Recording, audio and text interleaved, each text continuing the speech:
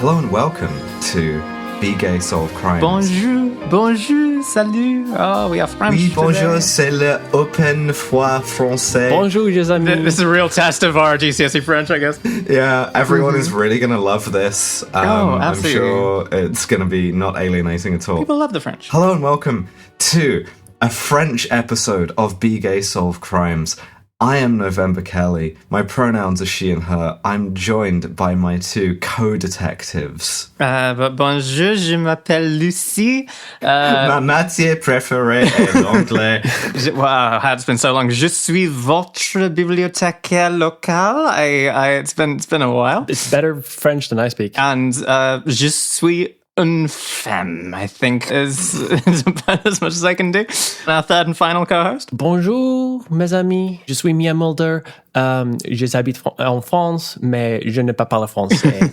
Hello. That's all I can do. You got to get on that. No, you don't. This is the most important thing, is to exercise psychic dominance over the French by refusing to learn any French, even while you're in France. I do know someone who went to France on holiday as a child. I think it might have been a school trip or something. And they went to the Louvre and they went up to a security guard. Didn't speak a word of French, bless them, because they were there on like an art trip rather than a French trip. And they were like, sorry, excuse me, I don't suppose you could point me to the toilets, could you? And the guy was like, no, en français, en français. Nightmare. She was like, I don't speak French. Just like, well, no toilet for you then, huh? Peace yourself. They will do this. Like, if you start speaking English, they will tell you this, like, no. You are in France. You must speak France. But I have a fun way to get around that, which is just, I preface every interaction I have with another human being while living in France being like, hello, I'm very sorry. I'm Swedish. For us, it's sort of Brexit and its consequences, right? Yeah. And as long as I preface it with I'm Swedish, then it's like, okay, we can meet in the middle by speaking English. It's neither of ours first language, but let's meet in the middle. You don't speak Swedish either. And they're all okay with that. Yeah. English as a lingua franca is okay, but like speaking English to an English woman is unacceptable surrender, you know? Yeah. Lingua franca, which is French for tongue. Tongue the French? Yeah. I barely know her. We are in France this episode for what I'm going to say, and I'm going to make quite a bold claim here, is our most transgender detective yet. Without a doubt. Without a doubt. I was quite surprised by this because, this is my first Inspector Maigret. I had not really read. I'd seen it on the shelves in the library a lot. But I made sure to read the book that the film that we're doing today is based on to sort of get a real... These extra credit activities, I swear. Yeah, I'm a pleasure to have in podcast. I hope I'm earning my keep here. I feel like one of the like bad kids in the back of the class being like, God damn it, like now I'm gonna feel worse in comparison because I'm doing the bare minimum. And that makes me what? The teacher? Woof. Okay, fine. Whatever. Gold star. Anyway. Thank you. Inspector Maigret is like the seminal French detective, right? In a series of novels that ran for decades by Georges Simenon. Those have been adapted many, many times. And I wanted to do Maigret, not least because I know that this adaptation is very transgender, but also because, the English language doesn't have a monopoly on detectives, and we've been running through some English ones first, but I wanted to sort of broaden our horizons. He's also our first mainline detective who is a police officer who does this for, like, work in an institutional capacity. He's the first one who is aesthetically working class, if not materially. And because, as we shall see, his method is very different from your Sherlock Holmes or your Miss Marple. You got to imagine that Georges Simenon, who is himself, or was himself, Belgian, saw Agatha Christie pitch him to the post there and steal the Belgian detective of Hercule Poirot, and just be like, oh, well, fuck, I guess I'll write a French detective then, shall I? It's like how 2 of Trash Future are Canadian and just nobody talks about it. It's, Belgians can just sort of, like, occupy French language spaces. And this adaptation is also evil. It's an evil object. Deeply evil, unfortunately. Because we have post-cancellation Gérard Depardieu. Yeah. Who unfortunately is very, very good in the movie. He is. Heartbreaking to say. Heartbreaking that he's a really good actor. Yeah. Especially in this movie. Like, amazing. For context here, unfortunately, and in addition to being quite a good actor, Gérard Depardieu is, I don't even think this is a matter that I can sort of preface with allegedly. I think it's a matter, potentially a matter of established fact, but also I'll double check and just say allegedly in any case. Allegedly a self-admitted rapist. It talks about it in interviews a lot and has done for quite some time. Yeah, an unpleasant character. Yeah, one of the big names of Me Too coming to France was Depardieu, along with like Dominique Strauss-Kahn. And I guess talking about him in this movie is not in any way meant to rehabilitate Depardieu as a sort of a human being or as an actor. Absolutely not. No, the man is scum. He is, And like, for context, I don't think any of us have paid to watch this movie. No.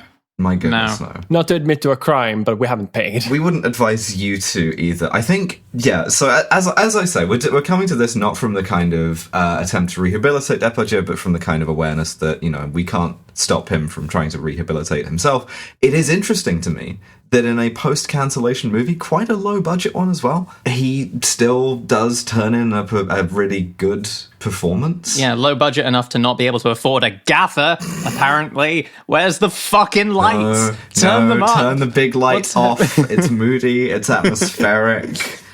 You love the big light. I do hate when the big light is off. You prefer yes. the big light. You're the one person who prefers the big light being on. I kind of like the very moody aesthetic. It kind of reminds me of when you like first go to a straight friend's house and you see them have like really bright lights, and then you go to another gay friend's house and you see this like, you have all the mood lighting. Yeah. And this reminded me a lot more mood lights. Yeah. Yeah, I mean, this is a film where like I don't think a single interior light gets switched on. Everything is just sort of miserable and overcast. And if there is a light bulb, it is the LED ones that are sort of as a white balance color temperature, just absolutely freezing cold. I don't even know they had that technology at the time. No. It's a very sort of grimdark, moody aesthetic. But I think it works. And it's interesting because it's a grimdark, moody aesthetic of the 19... Yeah, we are in Paris in the 1950s. So let's say it's got to be between 1945 and 1968, but we don't nail it down any more definitively than that, really. Yeah, the thing about this is that Georges Simenon wrote a whole bunch of Maigret novels basically to pay the bills. He didn't view them as sort of his serious literature, and he was sort of a very driven, ambitious, serious novelist who basically turned 30 and was like, I'm never going to write another Maigret novel. I'm going to win the Nobel Prize in 10 years exactly. Didn't win the Nobel Prize, but, saluting the lofty ambitions, and went straight back to writing Maigret novels, churning them out often at a rate of 19 every 2 years. Wow. Which is the kind of writing that cocaine gets you, I guess, Yeah. or alternatively, a hell of a lot of ghostwriters. In many such cases. I do also feel like producing detective slop on cocaine, like, even if that is not like your main ambition in life, you still do end up producing a lot of good content. You know what I mean? Yeah, well, I mean, Simenon, again, sort of talented writer, and the thing about writing this many novels is the timeline necessarily gets sort of elastic, right? Like, you understand that your readers don't care, and so, like, Maigret gets sort of aged up casually a few times to keep being a sort of plausible 50 or whatever. Yeah, that's crucial. What I was going to say was that when he decided to stop writing Maigret novels the first time, he ended them by retiring Maigret officially, like he reached his retirement age. For all of the later novels that were written sort of in the 50s, as this one was, this was written in 1954, they are all flashbacks to when he was still a police officer in the 30s or thereabouts. So it's very sort of temporally nebulous kind of time. So we begin with the montage of Maigret getting his medical, and intercut with that, an extremely beautiful young woman trying on a dress, which is an intriguing way to start your thing. And all of us, I imagine, get gender dysphoria. Yeah, you can tell a movie is French when there's nudity in it by minute 2, right? There is like overlapping imagery of the fact that this girl is getting undressed in the same sort of like shots as Maigret getting undressed. That's imagery there. It's inviting a comparison. It's good contrasts. Yeah, there's good like comparisons and contrasts. Well, she is very young and very beautiful, and Maigret is sort of like old and has made a sort of ruin of his body. He's very like physically large. Like he drinks, he smokes. Obviously drinks a lot. He has like his nose kind of looks like obscene, like it's so sort of swollen at the end.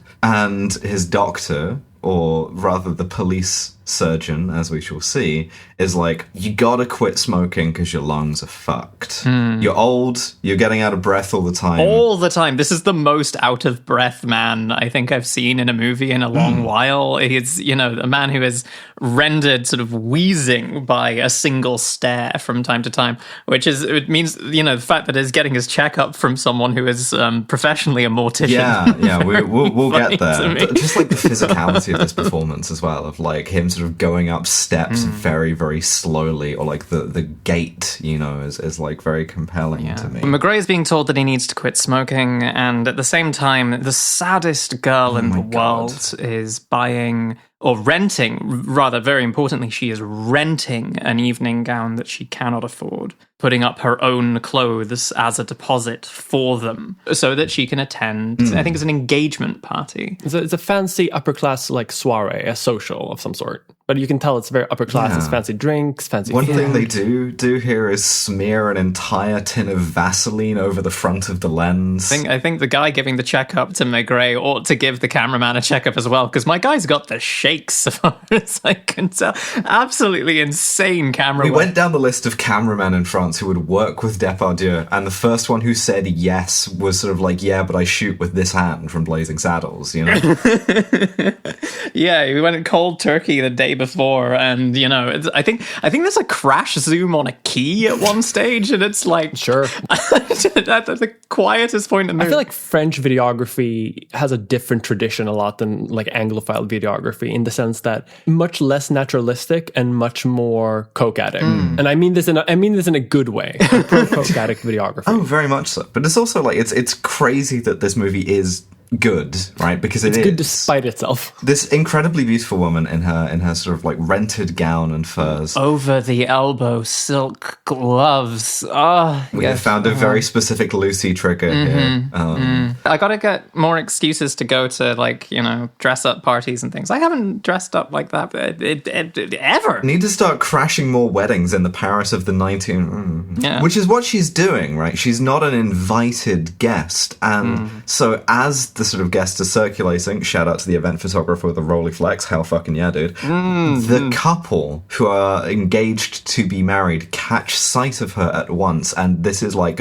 Banquo's ghost. This is a sort of like horrible recollection from the past, and I'm like, hell yeah, I'm locked in. This is storytelling. This is gothic. This is cunt. This is I'm hooked. It's not illegal to haunt places. You can just do this. You can show up. You can look sort of ominous and terrified. I gotta get more haunting with my gender, you know. I need to like just be more waifish, more ghostly. Yeah. It's it's an understated aesthetic, I feel like. Exactly. But yeah, like this. Internet, nice shirt, Mia. It's Thank you. I'm leaning into the French ghostly aesthetic. I've decided to haunt everyone I know. I'm in a stressful time of my life. My hair and my clothes are both being bleached. hell yeah. So this engaged couple, they notice her, the haunting, and they're like, "Oh my god, a spooky ghost," and confront her very angrily, like, "Haven't you taken enough? Do you want more money? Like, what's the thing?" Yeah, they try to pay her off. Yeah. They like the husband to be is like forcing sort of banknotes into her palm. And this is where I realized that because of our stringent commitment to moral movie watching here at Be Gay Solve Crimes, I have unfortunately not downloaded official subtitles, and my subtitles for that line says, didn't get enough. And it's at this point that I'm like, oh, okay, I'm not going to be able to write down any quotes for this because it's a loose approximation. Yeah, the French is also a little idiomatic in places. Maigret has several like dire puns, which I will do my best to gloss over. Yeah, we're going to get to one of them. The line is essentially like, haven't we given you enough already? right? And so they've like bundled her out to the stairwell, and like both of them are sort of trying to very aggressively handle the situation while she just sort of like stares at them. Yeah, very sadly, very like deer in headlights kind of vibe. Just the saddest-eyed lady of the lowlands. I don't know. That's a Bob Dylan song, I think. But absolutely just a picture of misery, pleading in her facial expression. We then cut to Maigret in the midst of a ongoing, in the book, 18-hour interrogation. Jesus Christ, dude. That's not humane. That's not a healthy work ethic, I think. But there's a certain, I sometimes feel like I'm beginning to flag at the end of, a 2-hour recording of this podcast with my beloved people. But then there's a bit where someone opens a door and it's like, are you flagging? Should we order a refreshing, rejuvenating banh mi? Should we get some sandwiches? In the Paris of the 19, it's like, do you want a jambon beurre the size of your head and like a big glass of beer to really wake you up? The people you're interrogating aren't going to get one. They're going to be flagging for the rest of the interrogation. But, we're on top of our game. Watching a guy who's been in a small hot room with you for 18 hours exuding alcoholic sweat, how's a jambon beurre that just goes on like the road from one battle after another? Just without chewing it, down like a duck, just like... God. At that point, I mean, you would tell that person anything just to get out of the situation. I confess. Please make it stop. Just give me a bit. I tried to kill de Gaulle. I'm a member of the OAS. Please stop eating the sandwich. So Maigret comes in and slams down his disco meal deal on the table. Hey, hi, and the meal deal that never ends. Yeah. But in the movie, there's not an 18-hour investigation. He's like selecting pipe. He's thinking about how he can't smoke anymore and sadly beholding his pipe carousel. Oh, it's so funny all the way through this movie whenever like smoking comes up, because he's just quit smoking. He's like so cross about it. He's sort of like watching people smoke and he's like, you're smoking wrong. You're doing it inefficiently. You don't know what to do. Don't tap it out in your shoe like that. Fucking hell. Amateurs.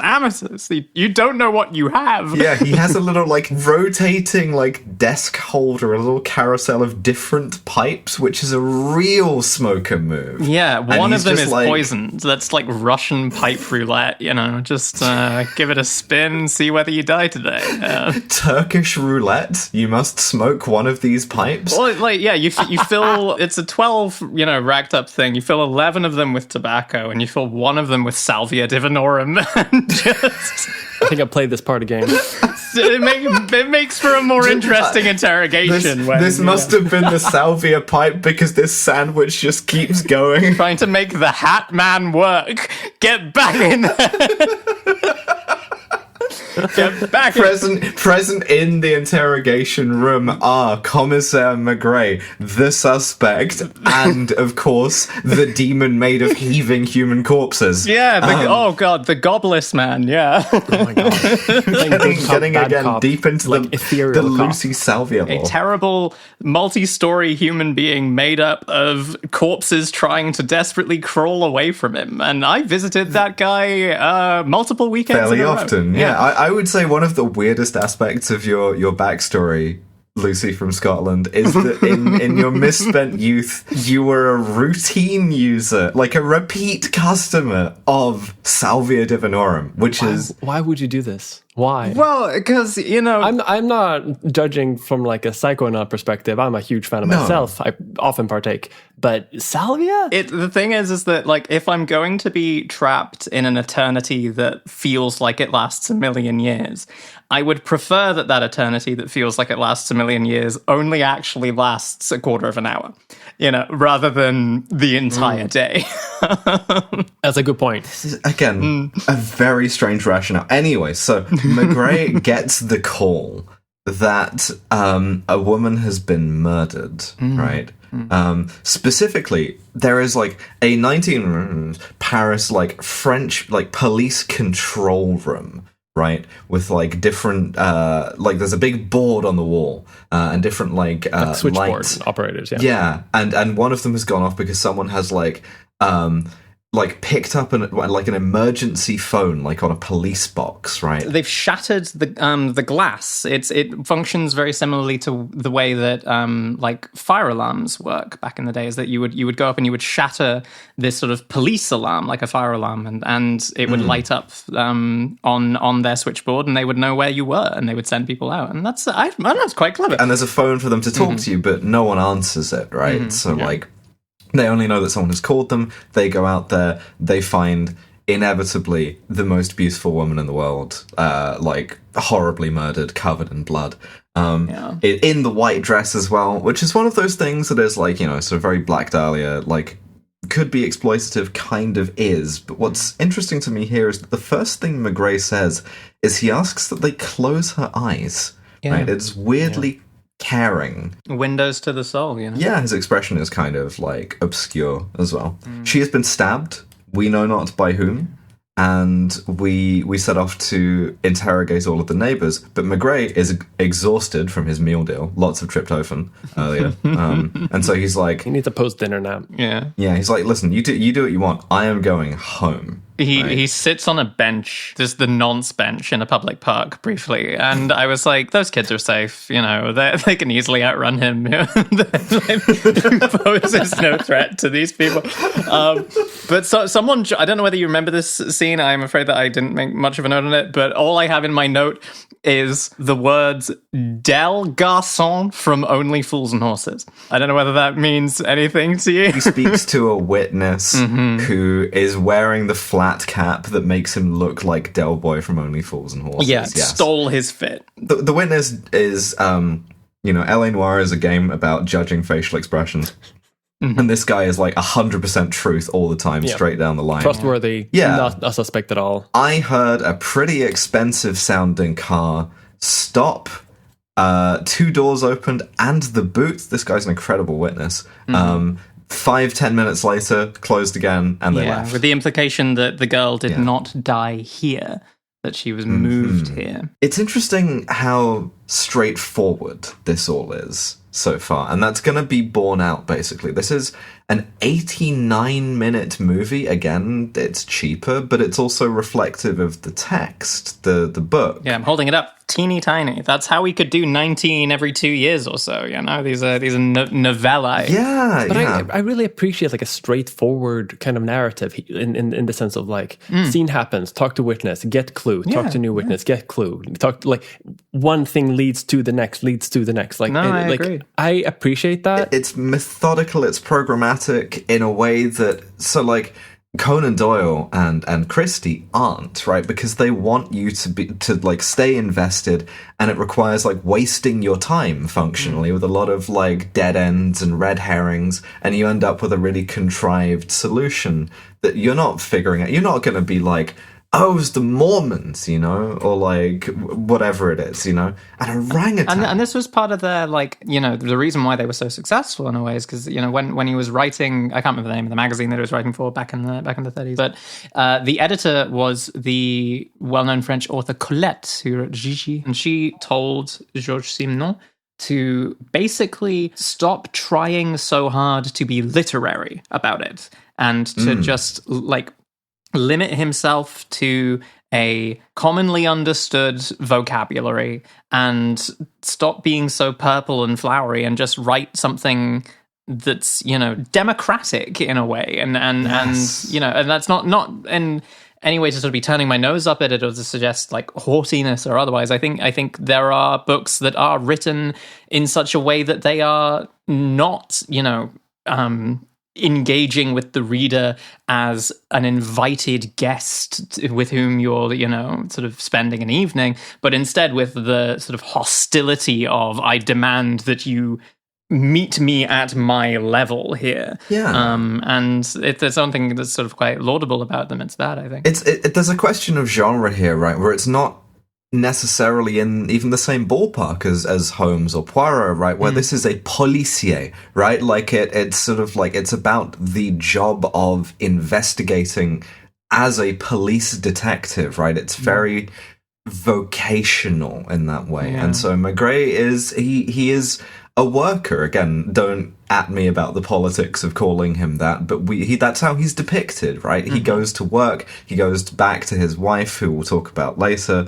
and it's all very plodding, and things follow sort of fairly naturally one to the next. It's accessible just because like he's just like, you know, like a worker, but like he's just like a guy. He's normal in a much more like common sense than many other like detectives who have some, you know, a very strong uniqueness about them. Like, and there's not a he's not the Superman. Yeah, and that's nice. He's uncommonly empathetic for a lot of detectives, and he'll, you know, a lot of the Maigret novels focus less on sort of these extraordinary leaps of inductive reasoning that you find with Sherlock Holmes, where it's sort of much more mechanical, and Agatha Christie with like, you know, which side of the boat were they on? It's like it's a very psychological thing. Yeah, he goes to the morgue where the autopsy has already been done, sparing us the kind of like sort of brutality of filming it, and also the props and effect. This is where we find out that the same doctor who is doing his medical is the medical examiner, right? The coroner. Yeah. And again, you have this kind of uneasy sort of like congruence between him and the victims, you know, where they're sort of seeing the same doctor. We also get a little bit of backstory, right? Where we don't get a lot of it. We don't get a lot of exposition about Maigret's background, but he is a medical school dropout. Yeah, I was surprised by that. It's an interesting piece of sort of like class, like lack of social mobility, I guess. This is something that should be a middle class or upper middle class job, being a doctor, and he has spurned that to do the kind of like dirtier and less glamorous work of like being a police officer. And we see that although he's very good friends with the sort of with the coroner, there's a sort of air of judgment and like skepticism and almost kind of like friendly ridicule about this, you know. He's like, you know, why did you drop out anyway? And we get here, this is sort of one of the first significant diversions from the original novel, Maigret and the Dead Girl. Not giving a fuck about those titles, by the way. Know, just right? Fucking bang, bang, bang, Maigret and the... Oh, you don't have time when you're doing 9.5 a year, right? Yeah, no, he's in a rush, but the doctor says that the girl who died is absolutely not a virgin, and that is the exact opposite of the way that it happens in the book. In the book, the mortician is very, very, very adamant with that and does not want to go into more detail about the fact that the dead girl is, in fact, a virgin without a doubt. And it's sort of it's a strange little bit of emphasis for both of them, honestly. Both adaptations. It's quite strange. She doesn't have any ID on her. They don't know who this girl is, right? And so Maigret sort of attempts to profile her, right? Where he's like, well, she's probably not a sex worker because she was drunk, which you wouldn't do if you were working. Yeah, he has this line of like, she doesn't drink, she makes you drink. Yeah. Like, but because they found a lot of alcohol in her system, he's already kind of seeing something doesn't quite add up. She was very drunk, and although she wasn't a virgin, she didn't have sex before she was killed, consensually or not, is what he's told. Oh, my subtitles may have been completely wrong then. It's interesting as well because the coroner asks him, sort of apropos of nothing, like, how are you feeling with the quitting smoking? How do you feel without the pipe? And he says, looking at the naked body of a dead woman, naked, like, there's, again, this kind of uncomfortable congruence, but then this is when we do the clothes thing, right? And we get the shot of her dress, which is like covered in blood, on a sort of hanger being held up, being like processed out of the shadows. It's like, it's alarmingly like a crucifix at this point. Like, it's... That's an interesting image there, actually, because for me it was sort of like, just sort of ghostly. It was this sort of... that too. Sort of nearly jumped at it, sort of like, because I couldn't quite tell what it was, I suppose, coming out of the dark, especially covered in blood, a very abstract sort of shape over it. It's the guy holding it in front of him. It is a very ghostly image, because like it does come before like a person holding it, even, and takes up a lot of the scene. And sort of just silently as well, this like silent jump scare, just sort of like, oh god. Yeah. The personal effects, again, do not add up, right? Because the shoes and the bag are cheap, but the dress is haute couture, right? It's expensive, too expensive for everything else. Expensive enough that it is traceable. So Maigret, sort of like, who spends a lot of time like looking at and touching this dress, goes to the atelier, who go, yeah, I don't know. Someone rich, but like can't trace it to an individual. But I do like that they kind of once again emphasize that it's like, this is not just a fancy dress, this is a fancy dress. Like this is design way beyond what even like normally wealthy people would be able to have. This is like, this has, like, eventually he comes to the conclusion that this has to be a rental, but it makes it very obvious also to the viewer that like, even if she had saved up money, like this is not hers in that sense.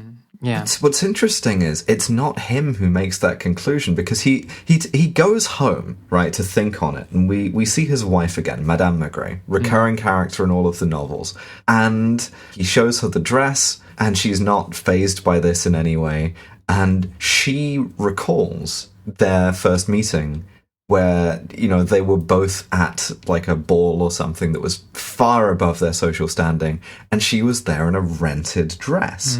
And it's very, very interesting to me that it's Madame Maigret who is providing the deductive reasoning, whereas Maigret himself mostly seems to deal with intuition, and we'll sort of deal with that later on. But it's a perfect induction of. There's an Ursula Le Guin quote about sort of woman's intuition denying women the sort of province of reason, right? We've brought it up on this podcast before, I think. And it strikes me as a sort of perfect inversion of that, where he is, if anything, the more like traditionally feminine one. Boom, transgender. Yes, transgender, because he's the one making the kind of like inland empire checks, and she's the logician, right? And I really, really like that. Do you mind if I very, very briefly read just like a couple of paragraphs from the book here for this scene? Well, the only readings I'm going to do from the original book, but it's just something that absolutely leapt out at me. And I wonder, fellow trans women, whether this is something that will leap out for you. Oh, God. So this is Maigret sitting down with his wife. Maigret wonders what would make a girl feel the urgent need to wear an evening gown specifically. His wife says, "It may not be necessary to look too far." "What do you mean?" "I mean, a man would probably never think of putting on a dinner jacket or tails without a specific reason, but it's different for a girl. When I was 13, I worked for hours and hours, on the sly, fixing up an old evening gown my mother had thrown away." He looked at her in surprise, as if suddenly discovering an unknown side of his wife's character. "Sometimes," she continued, "at night, I'd get up and put on that gown, and look at myself in the mirror. And once, when my parents had gone out, I put it on, along with my mother's shoes, which were too big for me, and I walked as far as the corner of the street." He was silent for more than a minute, not even noticing that she was blushing at the secret she had told him. "You were 13, he said at last. I mean, for me, that's, I don't know about you, but like that kind of clandestine sort of snatched moments of imagining yourself as someone else. And, you know, for Madame Maigret, it's imagining herself as an older, more mature woman like her mum.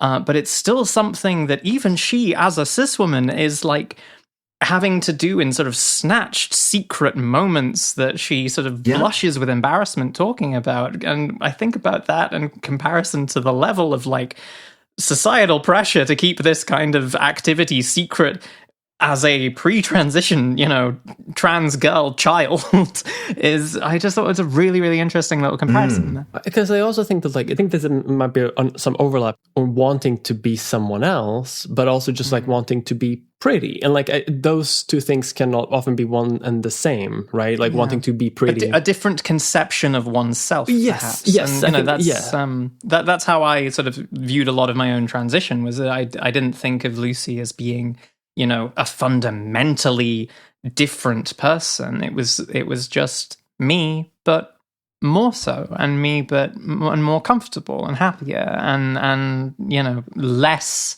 self-conscious and less embarrassed and more free and with more options. I definitely agree with you in the sense of like, there is this weird like societal net for everyone essentially to pretend that the desire to be like yourself enhanced, if that makes sense, to sort of be yourself, but more in an attribute that you want to have, like more beautiful, more pretty, whatever it may be. Like if that is something you would want, the desire to want to be that is both expected and sort of shamed at the same time. Yeah, you know what I mean? And a little bit ridiculous and sort of like something that you're pressured to make clandestine. Yeah. But still expected of you to still live up to. This sense that like you should be happy with your lot. And this is so much of the pressure that gets put on us to desist or to not transition at all or anything like that is so often framed through the prism of, why can't you just be more comfortable with who you are? As if all of these little things in our day-to-day lives, from the way that we style our hair or the clothes that we wear or how closely we shave, how often we shave, are not, equally curated self-concepts, So we cut out a lot of police work and go immediately to Maigret finding the rental shop. Yes. With the proprietor, who seems to care a lot for and have been very taken by this woman, right? I guess because she looked like the saddest, most lost girl in the world, which is something that comes up quite often, is people tend to pity her. A bird fallen out of the nest, Yeah. There's also maybe some sort of like attraction there, I don't know. Certainly Maigret, it's sort of like, is impacted by this woman talking about his sort of like victim this way. The woman running the clothes shop is dressed in a tight-fitted, lesbian-coded, black and red silk high neck, like cheongsam kind of thing, and pulling it off. Can't be wearing that, white woman. Also looks eerily like my first French landlady. Huh. Eerily much. Like for a second I thought that, like, hold on. Damn, what's her number? She will ruin your life and not give you heating. Worth it. Well, no, I need her number for the guillotine, obviously. Of course. So she, I don't actually remember the sort of dress rental woman can't identify her. It says that she was a girl from nowhere, that she wasn't sort of like from around here, but had arrived relatively recently. Yeah, and that this is a kind of type of woman, right? And you just kind of see them all the time. Like a young woman who comes to Paris to sort of make it. Yeah. Like they come from some rural or like out of town place and they want to go to the big city and make it. Yeah. I think it's interesting that also she definitely say like that she didn't get her name, and basically no one out of the people that Maigret interviews has her name at any point, even though they are people who would be fully expected to at least have written it down somewhere at some point. And it comes up over and over again that like she's just kind of like a nameless out of town woman, like very impersonal in that sense. So we also don't eventually even learn a lot about details about her life in that sense. She's a cipher. She's left some of her belongings as collateral for the dress because she couldn't afford to rent it, including her other handbag, which has a couple of like clues to follow up on for Maigret. It's got like a medicine bottle and a little business card. Yes, yeah. He gets her address from the pharmacist, I think. Having been informed of the existence of women is like, I'm going to walk around and look at those until I find one who seems kind of like she's of the same demographic as my murder victim. I want to learn the vibe of like how young women feel in this moment. We're not really made privy to like exactly what his thought process is here. In the book, he is just very... There's not really much emotionality involved in the decision. He just wants to find someone who is a size 12 and can fit in the dress so that they can take a photograph of her in it and then Photoshop the dead girl's face onto this model so that they can put a photograph in the papers so that people can like come forward with information. It's a very like just by the book thing. Here it's all hinterland. It's like Shivers, like he's something is driving him to like he finds this astonishingly beautiful woman. There's a lot of beautiful women here in this movie. I gotta start making the beret work, you know? I gotta get more beret about it. There is something about the French, like they put something in the water. Red lip, red beret, duck egg trench coat, just... She's like shoplifting to get by, and he catches her and goes to buy her lunch, right? Which she, of course, devours because she's starving. Yeah. This is, again, impossibly beautiful woman. Deep voice. Changed her name to get away from her parents.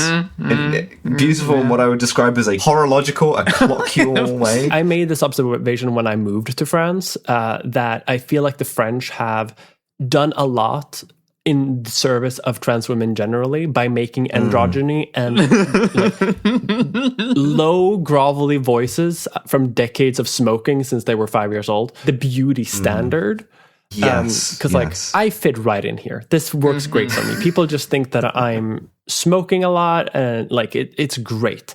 The French, they know what's up. They know what's up on this regard. They know what beautiful women look like, and they look a little like they this. look like trans women because trans women are beautiful. They're so real for that. They're so real for that. But so this girl's name is Betty, right? And Maigret is kind of asking her like, what's it like being one of these young girls who like comes to Paris to try and make it? Emphasis on what's it like being a girl. Please tell me what it's like being a girl. Genuinely, there's an exchange where she's like, why are you asking all these questions? And he says, it gives me an understanding. And she says, understanding of what? And he says, girls like you.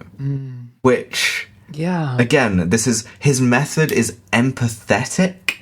First and foremost, which is an interestingly like feminine coded, not by us but by society thing, but also the fact that he is trying to empathize with a young woman in this way. And it's kind of meant to be avuncular, you know, she kind of imputes a sexual motive to this, which is something that he kind of denies. I mean, it's a fair enough assumption to make. Why is this older man buying me lunch? Like, why are you asking me a bunch of questions? Well, there are a bunch of reasons why that guy would ask you questions about what it's like being a girl, but like... Having grabbed my wrist...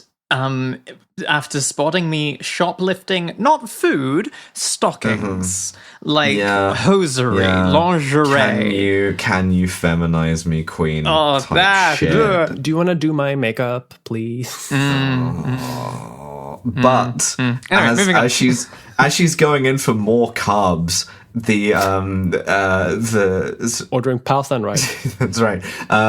The waitress says like, "Oh, here you go, inspector," and she fucking bolts instantly. Like, never talk to the cops. This is correct. Never talk to the police. Be like water, just run away. Shut the fuck up, Friday. Especially under these circumstances where like a cop is buying you lunch, not disclosing that he's a cop, asking you a bunch of questions about what it's like being a woman. Run. Yeah. It's a reasonable response. I mean, at least, like, a great deal of this probably isn't admissible in court, right? No, it's like, I was not read my rights. This is, am I being detained? Like the French are very, like, fuzzy when it comes to, like, rules and stuff like that. They're a very vibes-based country, I would. Ah, shit, I forgot we're in France. We're fucked. Yeah. I know, yeah. So Maigret goes back to the Paris police control room, and I write down, you will never... work in the 19 Paris police control room, which is very sad because it's very aesthetic. Until Disco Elysium 2 comes out. You know? Yeah, and he talks to his guy, one of his juniors, and he's just kind of, this is so fucking transgender. He gets back from asking this woman what it's like to be a woman, and he's just staring into the middle distance, and he's like, listen, in this job, you can't help but grow like a carapace, but someday... you'll be working a really, like, banal case, and a detail will touch you, and all of your certainties will collapse. Okay. Transgender. Yeah. Most transgender cop I've ever seen. See, my subtitles rendered that as sort of incoherent gibberish wallpaper, ? Something about wallpaper? And so I was just sort of sat there being like, yeah, man.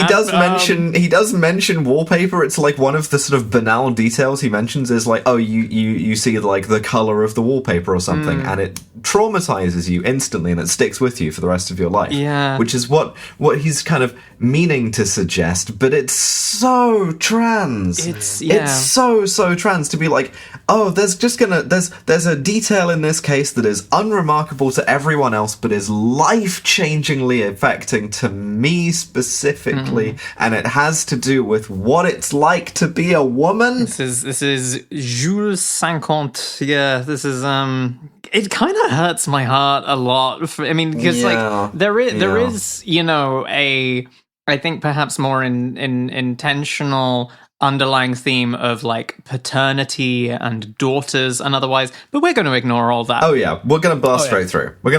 So he goes to her address, which is the girl apartments, the apartment block full of girls like this, in where the landlady is also a girl kind of like this. Yeah. And it's interesting, he's been almost exclusively talking to women so far.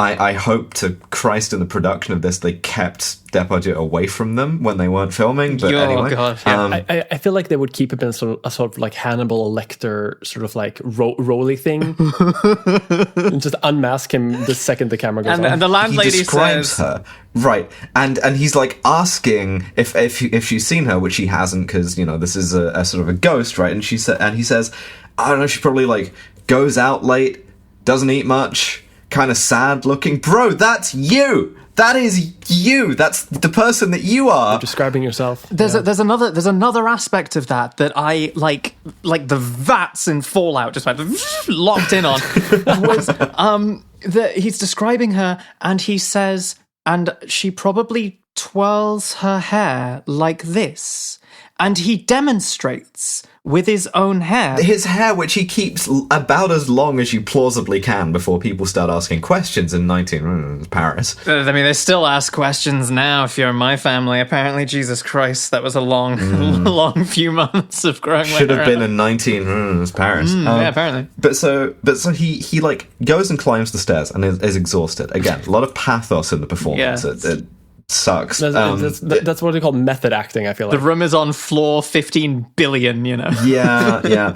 Also, the first POV shot in the movie is him entering her apartment and seeing her clothes hanging up, and then he goes over and touches them. Her lingerie, her stockings, her night dress, things like this. He sits on her bed and thinks in what is so clearly like an attempt to put himself in her shoes. And like he finds this like another business card for this guy Kaplan. And then he goes to like a bar and has a coffee, which he pours some whiskey in. A lot of drinking. He does drink. Oh, real drinking movie. The Irish double whiskey and coffee. Yeah, but he that's a bloody large Irish coffee. But he catches himself in the bar mirror and he looks disgusted. Yeah. Immediately after getting out of the imagining yourself as a woman apartment. Real. You go and have a drink. Real. And you look at yourself in the mirror and you go, I should drown myself. No, don't drown yourself. Transition. It's... Oh, God. Yeah, no, it's... There's no gender going on here at all. Nothing. Yeah, there's absolutely nothing, It's fully normal male behavior.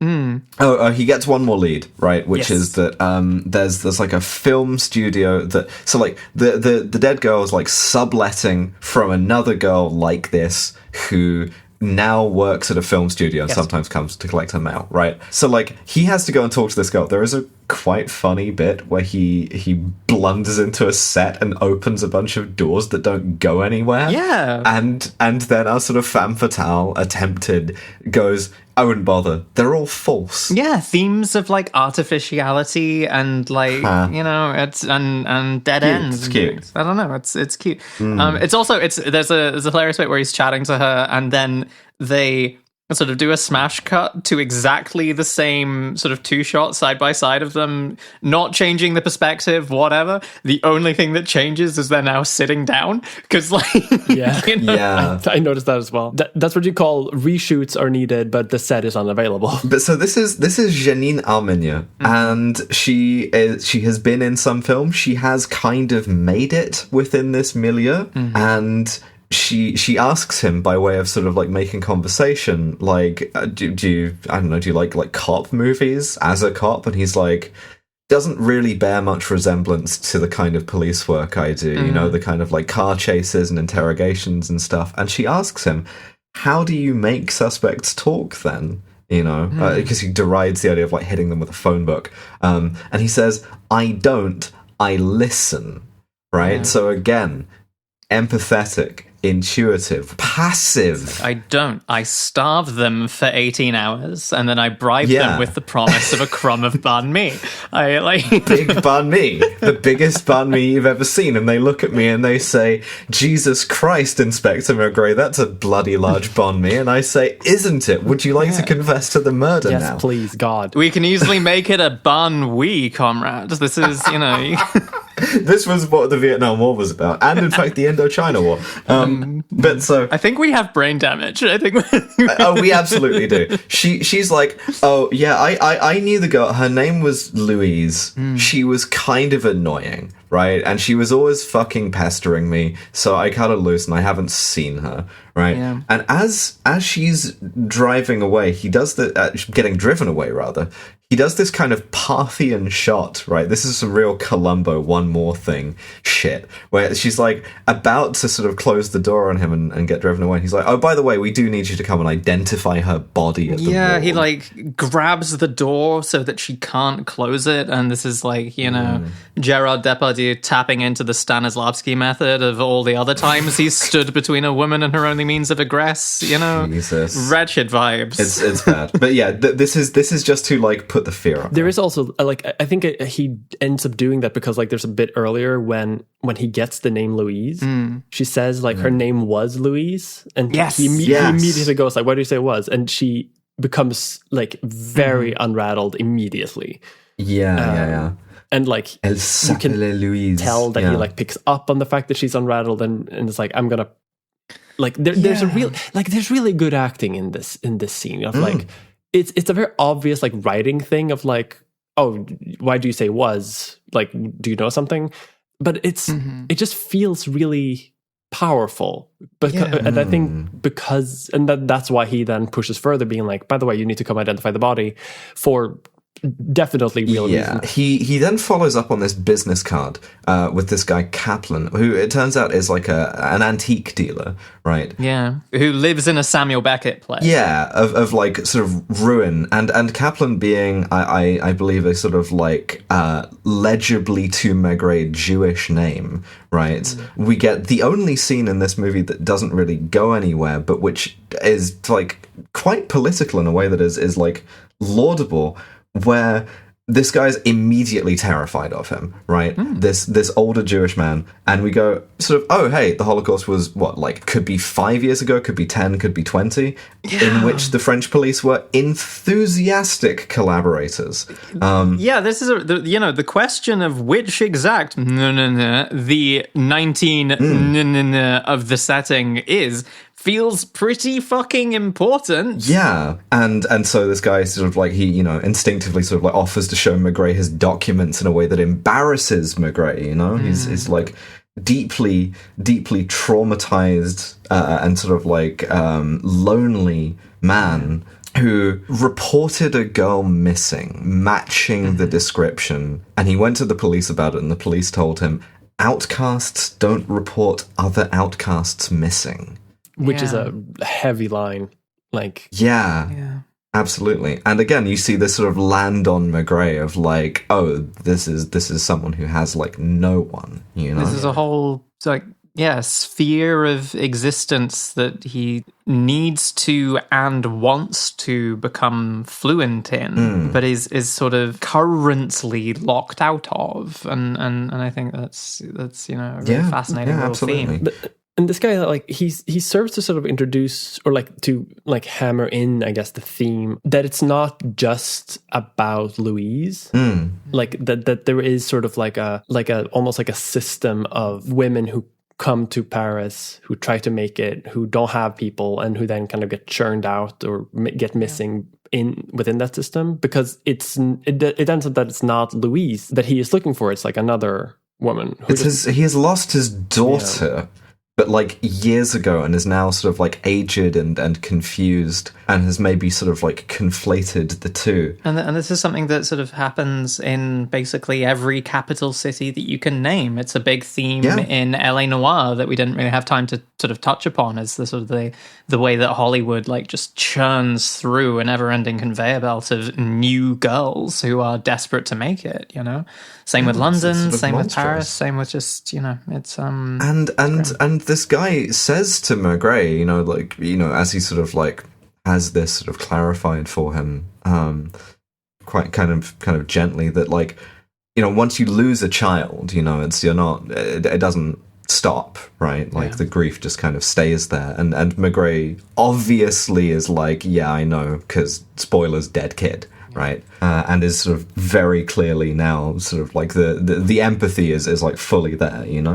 He says it so beautifully. I think like this is again like great actor, horrible person, but like it is a good sign of like the acting, because there's this scene when he just says like, "Je sais, Monsieur Kaplan, je sais," like I know, and it's really well made. It's really. Yeah. Like it carries that entire thing, but it does like sort of like in terms of the case, it doesn't go anywhere. But in terms of like the themes, it carries a lot of weight. Yeah. There's one very brief scene where he goes back to the office and he writes Louise's name on the back of her photo. But in order to do that, he has to like flip it over, and it's shot from below and facing him so that her face is over his. God, I missed that. I must have been making notes at the time. Jesus. Yeah, literally. A hell of a juxtaposition. It's crazy.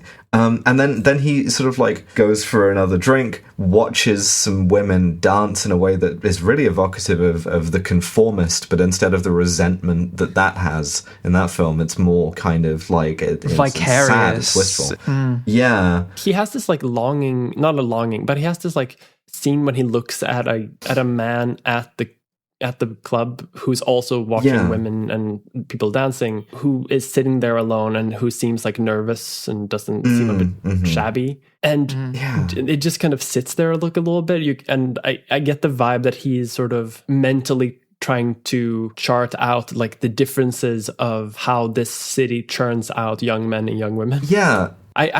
I didn't fully get what the scene was. Yeah, I mean, because there are many ways of watching people dance. As a wallflower in a nightclub, you can be watching them dance in a sort of very like lecherous, libidinal way, or you can watch them in a very heartachy, wistful, vicarious way. And I think one of the things that causes a lot of trans women, a lot of closeted trans women, sort of, and a lot of trans women who do not yet know that they are trans women, a lot of distress, is that, you know, from an outside observer's perspective, those two things can sort of look aesthetically rather interchangeable. Speaking of, the next scene, right, it's just a really quick scene, but is like profoundly sort of uncomfortable for me.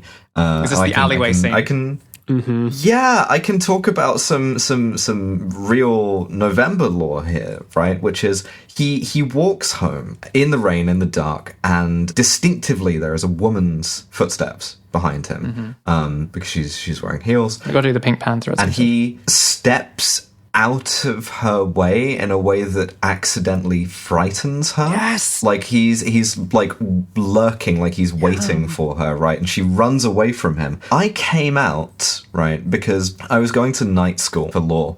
And I was walking back and forth to campus in the dark all the time, like especially over the winter. I was going in the dark, I was coming back in the dark. Glasgow is a very rainy city. And I became sort of unbearably conscious of the idea that someone that you perceive as a man walking in the dark is a huge threat to you if you are a woman, right? And I, you know, sort of remember doing things like, oh, I'm just gonna like very visibly be like on my phone, and I'm just gonna like turn off here or like take an extra block so it doesn't seem like I'm following someone. I am right? going to audibly cross the street now to the other side. Yeah, exactly. And the kind of particular nauseation of feeling like you are being perceived as a threat, and as a masculine threat specifically, and sort of the horror of that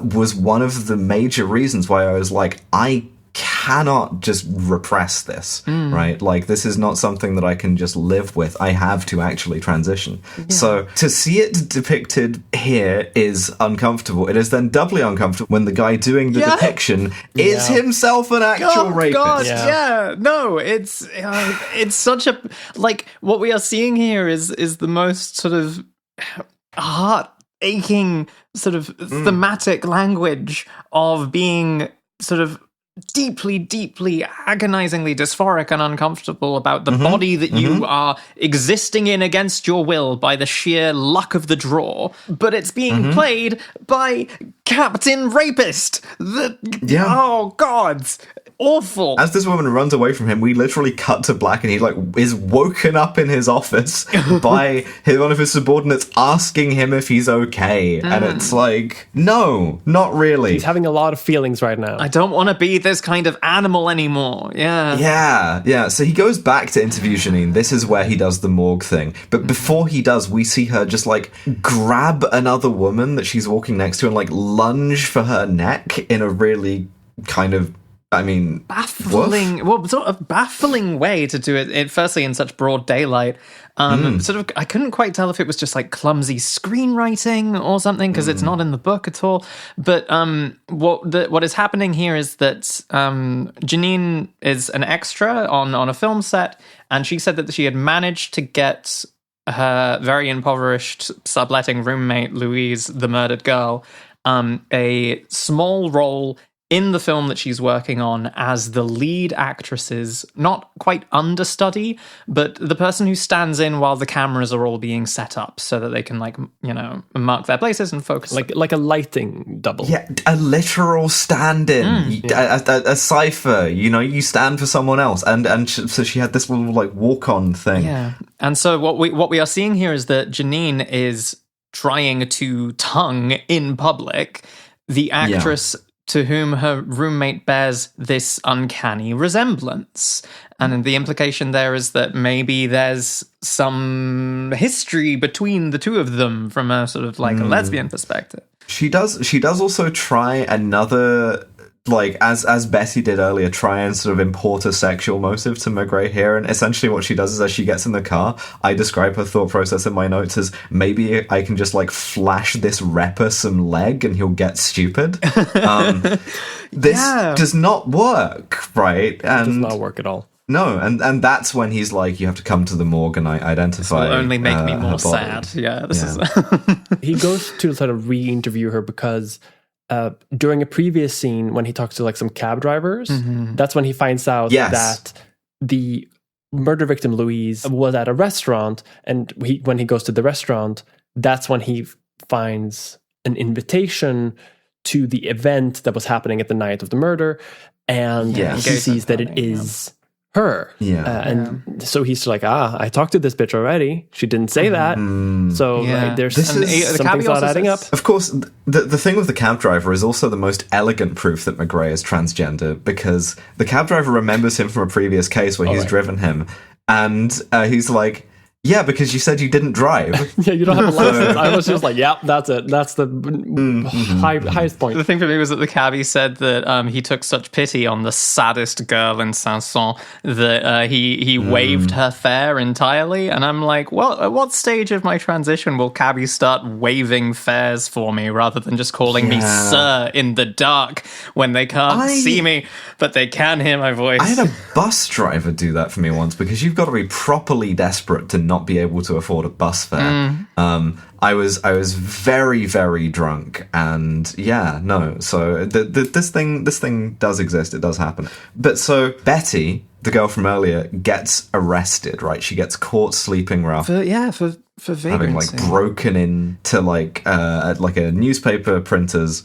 and she's like, you know, sleeping under some newspaper. She gets arrested, and she drops Maigret's name, right? Because it's the only card she has left. Is, you know, you're cops. I know a cop. He's the guy who eats the big banh mi. Get me the big banh mi boy. And Like, oh, Maigret? Yeah, we know him well. I trust the big bunny boy. He will protect oh me. yeah, Maigret, yeah, with the banh mi, yeah. So they like bring her sort of very disheveled to his office, and she tries to run the Basic Instinct thing again, right? She's like trying really hard to be like, well, surely this cop must want to fuck me. No, much weirder than that. She offers to be nice to him. No, I want to live vicariously through you and take care of you in a paternal way, possible. Harder to pull off, but she does it. She manages it. My girl gets that bag. She threads the needle. You take what you can get. She does. At incredible cost to her own, you know, mental health, because the things that he puts her through are wretched. Oh my god. Yeah, so like he puts her in Louise's apartment, right? And pays her rent, too. Mm-hmm. Yeah, and she thanks him for this, and he says in something that is not quite true, it's not for you. Yeah. Right? Like... And it's like genuinely, like the visual language here made me absolutely jump out of her skin watching this when she's like, I can be nice to you, but please just like don't charge me with anything. Smash cut to him taking her to the dead girl's vacant apartment. You're kind of meant like, to... fucking hell, man. And like the optics on this is just... Well, she reads it that way too. Like she's like, oh, so like you were in love with her and now you're putting me here, right? Yeah. And he's like, no, I'm way worse than that. But again, it's the thing that you're saying about like admittedly he is fumbling a lot of social interactions here and not really gauging how he is being perceived, but he is also being perceived in a way that is like driving him insane because he doesn't mean it like that, but that's just the interpretation that is projected onto him by merit of the body that he happens to be inside. You know, it's yeah. It's like you were fucking her. It's like, no, you have a platonic crime-solving relationship with your wife who is the same age as you, and then you just kind of have a bunch of strange and vicarious feelings about younger women. This is a nightmare. We then go to visit Janine and her fiancé, and her fiancé's mum. And what we have here is the inverse of the Miss Marple episode, where in that we had the boy who wants to fuck the mum. In this one, we have a mum who really seems to want to fuck the boy. But she can get it. Yeah, this is Aurore Clément. Is the sort of is Madame Clermont Valois here, and so like they have this like beautiful like modernist chateau, which Maigret is kind of also repelled by because he likes his kind of like Heimlich stuff. I like my things like I like my minutes.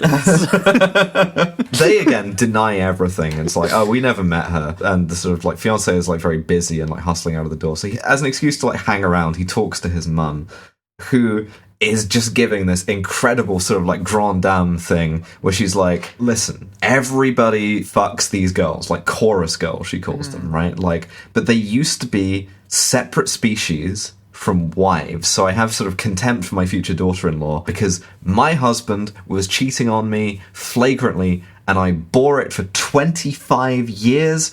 At his funeral, I said he had been a marvelous husband and an admirable father because that's just what you do, right? The armor on this woman, it's incredible. Joyce Messier blown the fuck out you here. make peace with your lot, even if it's making you miserable. And just like the shit that cis people put up with in their lives. Like, take some, autonomy for your one life on this earth. You don't get another chance, you know? But you can't do a lot in 19 France at this point as a cis woman even. I feel like gritting and bearing it. Yeah, it's like 100% the social expectation, and she's also really good at it as well. This is the other thing. Like, that's why you get the line about bearing it for 25 years. Everyone else, like the two, soon-to-be newlyweds, right, the engaged couple, they're really kind of inept about this. They're making kind of clumsy fumbles. They're lying badly. And she just comes in and she is like iron. you know? Yeah, she knows what she's doing. You'll have to forgive me for the potential subtitle confusion here, but if either of you can remember this, that'd be really useful.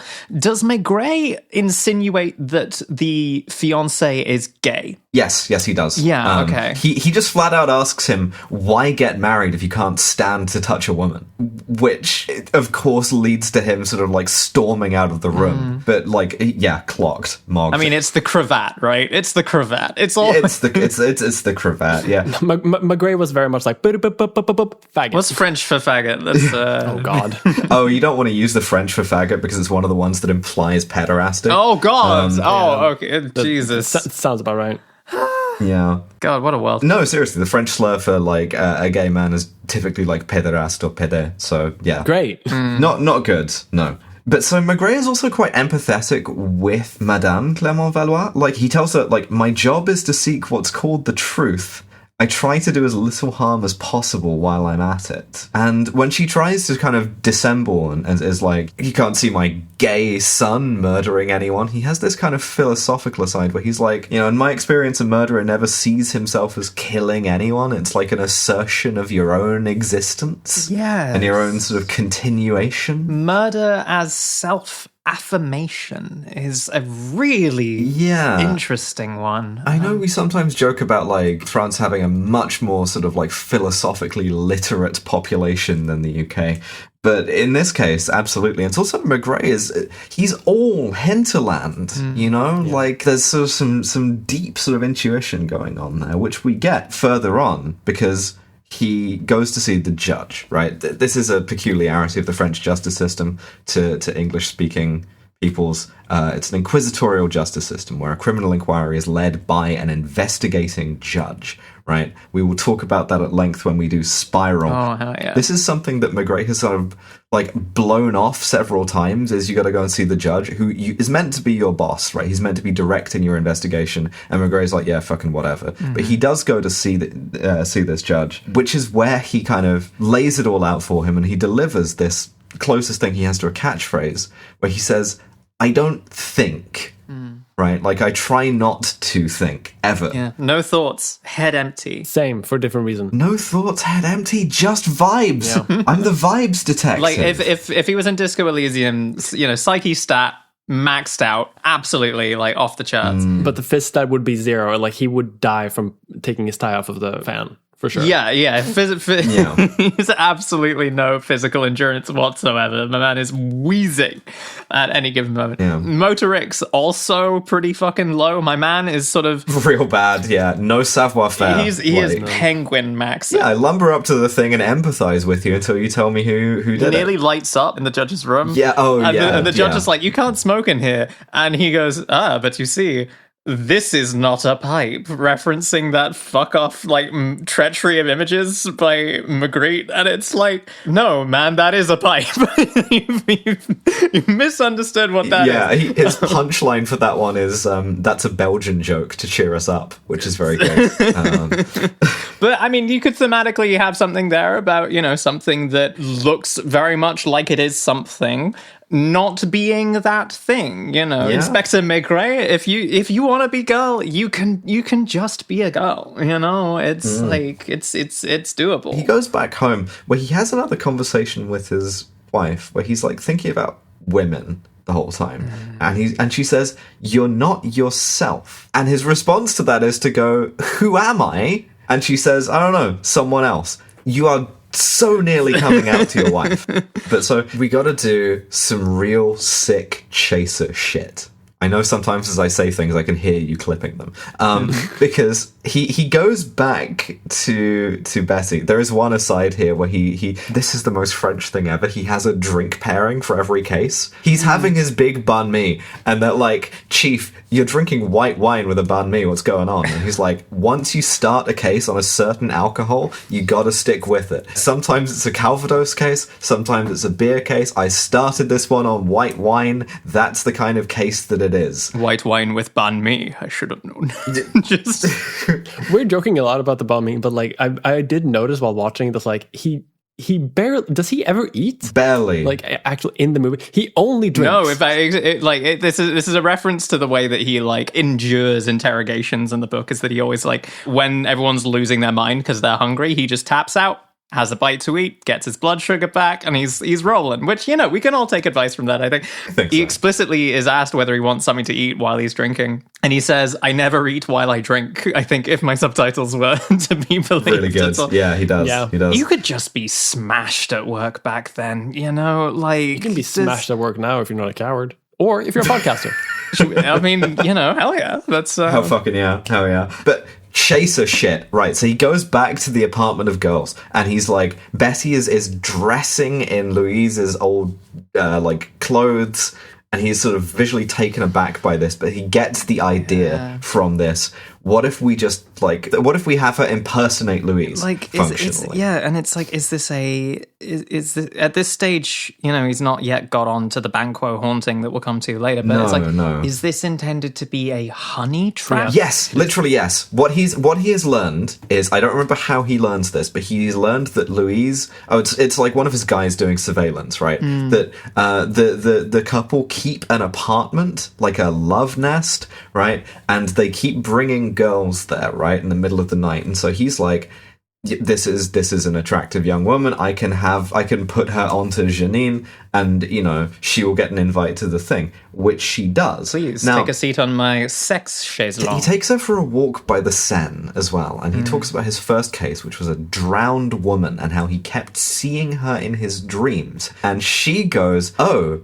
you're like Odysseus. You're like entranced by mermaids, by the sirens, like a Tranius." Yeah. But then he like functionally he pressures her to go and be a honey trap, right? And he does say there's like nothing in it for you, right? I'm not going to do anything for you. It's just it's the right thing to do, and you know, cops don't even ask you to do undercover work anymore. They just look at you like this. Type shit.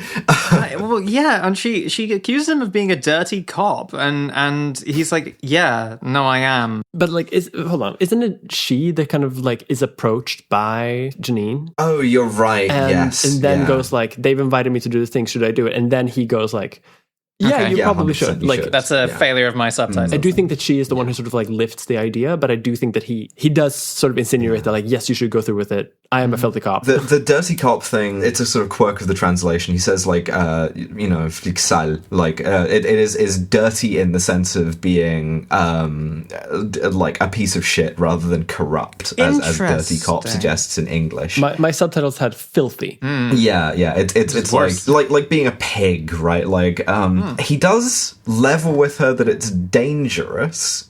But he doesn't. He's just like, you know, if it gets dangerous, just leave. Just hit the brakes. Just walk out. You can. Yeah, it is so easy to just walk out of the apartment where you are pressured to drink a drink that has God knows what in it, and also perform sex acts on other people. It's notoriously easy to just like leave in those circumstances. This isn't an incredibly dangerous position to put someone who is like, you have taken into your charge. This is a like homeless woman who you are putting up, paying for her room and board, playing fucking dolls with her for some fucking reason. I'm not liking the serve and protect on this one, I gotta be honest. It's gonna be rough. The optics here are absolutely fucked, you know? Yeah, no, because she comes out sort of later that evening, disheveled, insensibly drunk, and tells him, like, oh yeah, she was doing like evil lesbian shit to me while her gay husband watched and jerked himself off, which honestly work, but you know, get consent first. To be fair, honestly work but then get consent first is almost verbatim what Maigret tells them later. So I don't think I'm la chaise du cook, you know, the the cookstool is not right. But so der cookstool.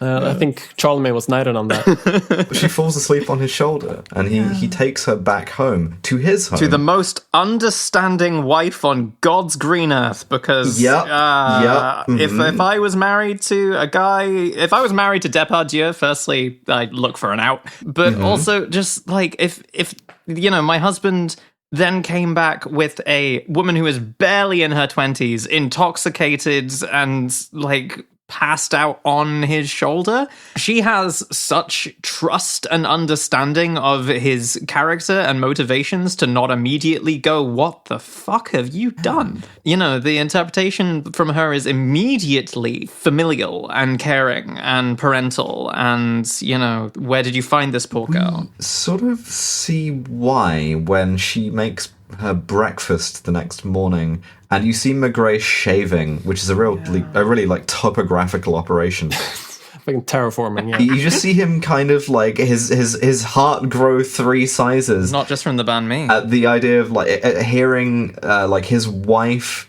and like a young woman sort of talking and laughing together. There's a domesticity to it. This is where it's like, oh, okay, sure, you have like lost your daughter, right? And now both of you are sort of vicariously imprinting onto this girl. Yeah, this is a genuinely, really, really just a beautiful moment of like very understated audio work. Yeah. Just, you know, It's gorgeous. hearing the sort of the sweet chirping of 2 women in the next door who, you know, The just chirp.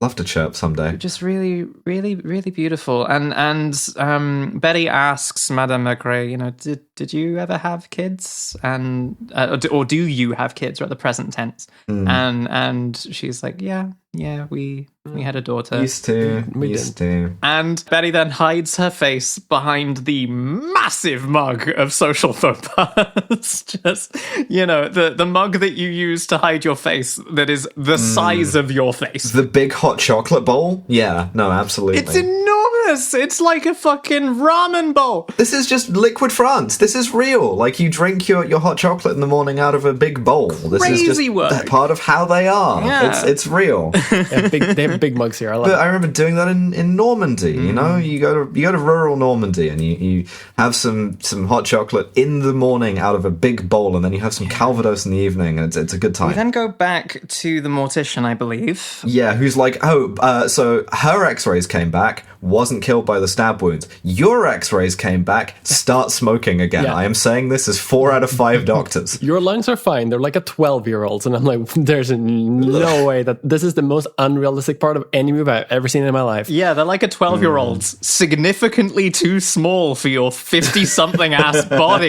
You are... A very small oxygen capacity. Cause of death is she was very drunk. She was on some kind of an opiate, which was the thing that she was prescribed. We missed a scene with the pharmacist earlier. She would have been like very, very unsteady on her feet, and she broke her neck and died almost instantly. Entirely possible it was an accident because her balance would have been fucked, right? And Maigret, already lighting the pipe, is like, cool, I'm going to go back and I'm going to talk to the Clermont-Valois. Yeah, this is my hypochondriacal ass going to the doctor aged like 19, convinced that I had lung cancer, and they were like, no, you have hay fever, but you probably shouldn't smoke. The thing about smoking, as much as we did when we were young, is it does make you feel a lot like you have lung cancer when you don't know what lung cancer is. I was making some noises. When you don't know that lungs don't have nerve endings in them, and that, like, you know, you probably have something else. As they're on the way out, this is another, my subtitles just fucking doing whatever. I have it transcribed as the mortician saying to Maigret, we should go.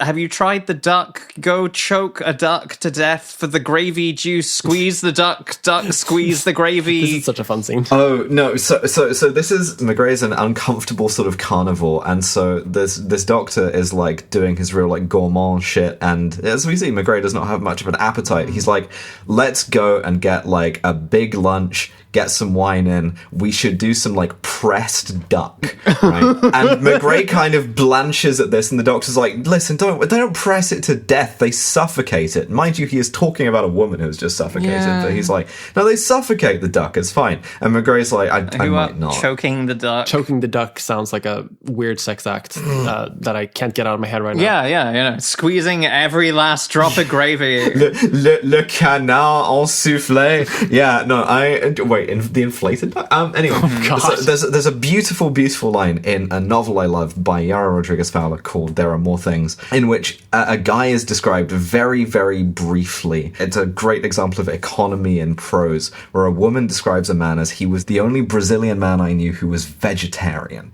right? And so, like, Maigret, similarly, out of step with his society here of, like, you're talking to your colleague's like, hey, do you want to get some, like, grotesque animal abuse for dinner? And Maigret is just like, to be honest, no, actually. I don't want to crunch the ortolan bones. I don't want to have the foie gras. I don't want to have any of the things that have been, like, stuck, birds that have been sort of, like, hunted by being stuck to trees with glue, or, like, I would sooner not, And as a Frenchman of Paris, crazy. There were so many guys around when I was growing up who, like, because I was vegetarian for a while, admittedly, skewed here by my friends to impress a boy, and but like the insinuation that being vegetarian was effete and gay and otherwise still continues to this day. Yeah, it is. It does have downsides, but it is also those things. It continues to this day, and the whole, like,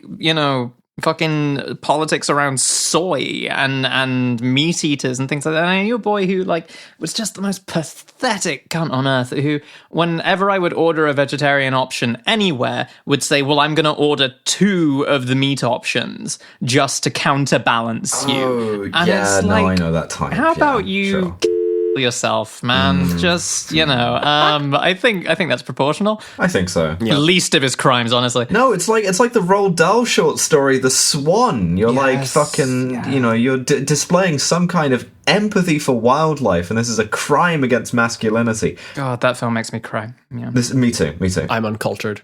It's a good short story, but he goes back to the Clermont Valois and is like, so, I hear you've been having lesbian sex parties where a gay guy jerks himself off. Yeah. Honestly, work, but... Camera pans and their mum is just sat next to them. Just like...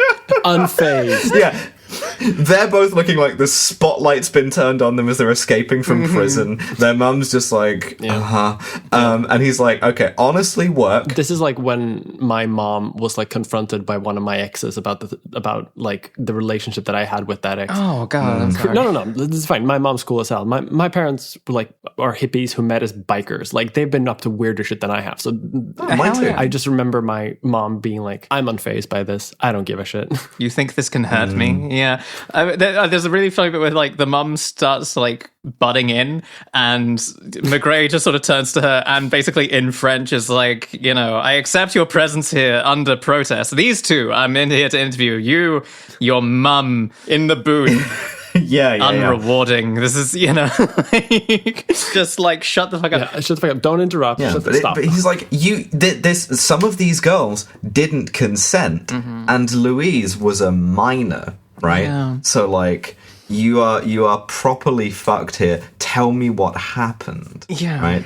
At this point, the family lawyer shows up and is like, don't fucking say anything. Another subtitle translation problem for me here. I had it down as the boy protests his innocence on the basis that he had diarrhea or something. Yeah, he does claim that. And the mum then sort of stands up in a kind of I am Sharticus sort of moment to say that, this is true. To say that she has the shits too. We've all been there. We all have ideas. What it is like he knows now from the, like, the waiters at the reception that all of them left at about the time that the body would have been sort of, like, moved, and were gone until it was dumped. And he's like, I was shitting out of my ass, dude. Yeah. It was liquid, and the mum was like, I can vouch for that. That's true.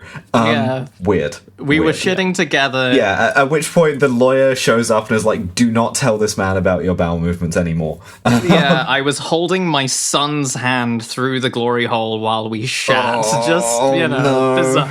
These and other sentences brought straight to your ears by PK Self-Crimes. You ever see those pictures on Reddit excited of like 2 toilets in one bathroom. Like I think that's just a French style. Yeah. The World Olympics of shitting. But so he leaves with his junior, who again he like bitches out about how to smoke the pipe because now he can smoke again. He's like, you are doing it wrong. He just takes it off him. And it's like, I've been looking at you smoke this fucking thing for a week.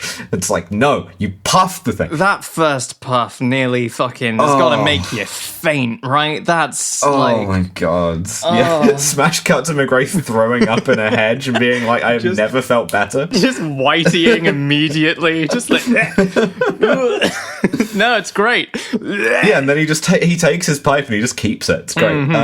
Adds to the collection. So we then have more like playing doll shit because we get to like the pièce de résistance of Maigret's master plan here, which is to stage some more haunted Banquo ghost at the feast shit. Where he gets Betty not just to put on the dress, but to dye her hair and to get a similar haircut. Dye and cut. He makes her get the cunty dark, like the black bob. Yeah. Who would possibly? I mean, have one of those? I need to get significantly more 19 French with it. I mean, myself, I'm trying. You know, like, but this is so deeply strange, mixing up this woman with like your murder victim who you are mixing up with your dead daughter. It would be less weird if he fucked her, right? But he's about something else. He's about the like, you know, he's also with the daughter angle, like it's trying to make this about like fatherhood and grief, right? Partially. But a likely excuse, you know, when I did not yet know that I was trans, and for a brief period where I knew that I could be, but was just trying to bottle it, I also felt that I was going to some way eke out some like sense of spiritual contentment from vicariously living through my hypothetical future daughter. It is now time for me to introduce, I would say, the most world-ending piece of analysis I have ever offered anyone. No! A theory of my own own invention. Oh god. A sort of hypersonic missile targeted at the oil refinery that I am going to call Repadad theory. Repadad theory. I don't insist that it's true for every trans woman, but for a lot of us, I would say that like maybe it's possible that our fathers have some unexamined feelings about their own gender. Without a doubt. It's an uncomfortable Dad, if you're listening, don't listen to this next bit. Just skip ahead like 15 seconds. Why do you own every Liz Phair album? Why do you do that? Why? Oh, God. Why was your shelf of CDs all female singer-songwriters? What's up with that? Yeah, all right, now you can tune back in. Joni Mitchell. I benefit so much from being like weirdly European because my parents do not speak English, so I can say whatever I want. Dad. Oh, that's cheating. You can't control me anymore, Dad. Yeah. Why is your favorite color is pink? And like, you know, just I love my father very dearly. There's something there though, for sure. The option exists in the world. I just want you to know. Turning to all of our dads and through gritted teeth and with boundless love in our hearts, saying there is still time. Yeah. And as I say, I don't know if this is true. Ultimately, this may be a sort of hypersonic missile landing on my own position. I don't know. Right. I just know that I have spoken to enough trans women about their fathers and heard enough things that I feel confident in saying that a lot of the time, Repadad and Repadad BPD mum, like, don't at me. Oh anyway. God! Oh no! I mean, it can also be the other way around, honestly. To the tune of Louisiana woman, Mississippi man. God! And that's how you make a trans woman. So they do this like doll playing thing where she's emulating Louise. Thank you, getting us back on track. In order, because like all of the suspects have kind of locked in, they have their story, they're sticking to it, they're not doing anything. So he has this idea that he's going to rattle them further at the actual wedding, where Betty then does show up being dressed exactly like Louise from the night of the murder, and they become really rattled by this, as expected. They're like, oh my God, what the hell is going on? Fuck this shit.